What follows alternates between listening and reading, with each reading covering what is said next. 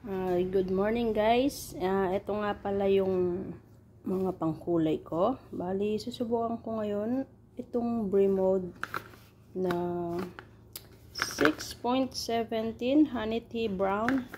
Meron akong oxidizer na 12%.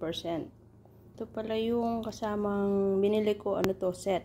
Oil yata ito. Bali, i-mix ko na din siya lahat dyan.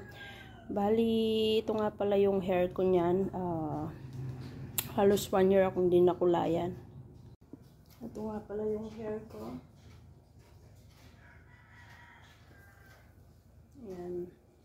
Black siya.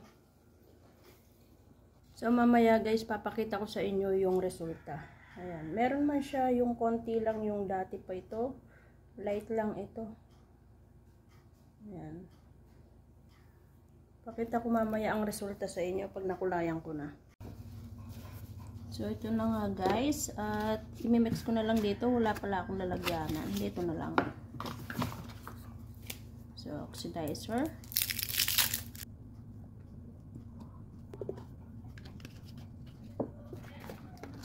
Ito nga yung colorant. Honey tea brown.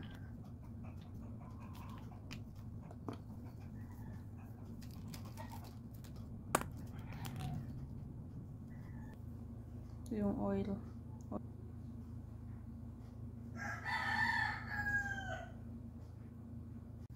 Ayan, ito na nga pala.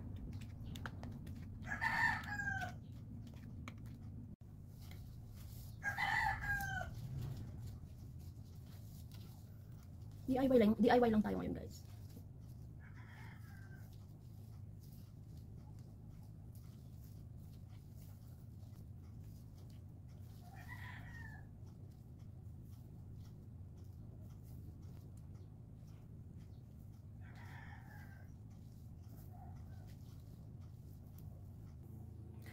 So, ayan guys, tapos ko na din lagyan ng ng mix, itong pangkulay.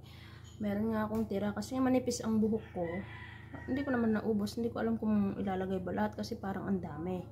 So, yun, hindi ko na inubos. Meron akong natira. Okay na ito. I-rest ko na lang siya niyan ng mga 30 to 40 minutes.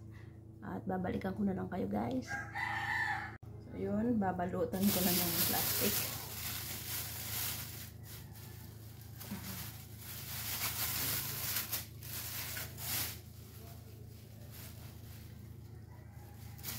Wala kasi tayong hair shower cup.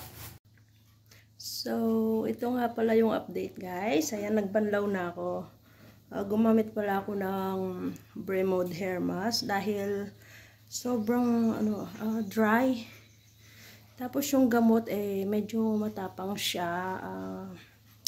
Okay naman, hindi naman ganun sobrang pero yung amoy kasi sobrang tapang. Tapos sa hair, sa anit, merong konti na masakit pero hindi ganun sobra. Yun, bali nabanlawan ko na nga after 40 minutes. Ayan, hindi siya masyadong halata pa siguro mga after 2 to 3 days tignan ko. I-share ko na lang din sa inyo, pero meron siya, meron. Hindi pa ako nagsuklay.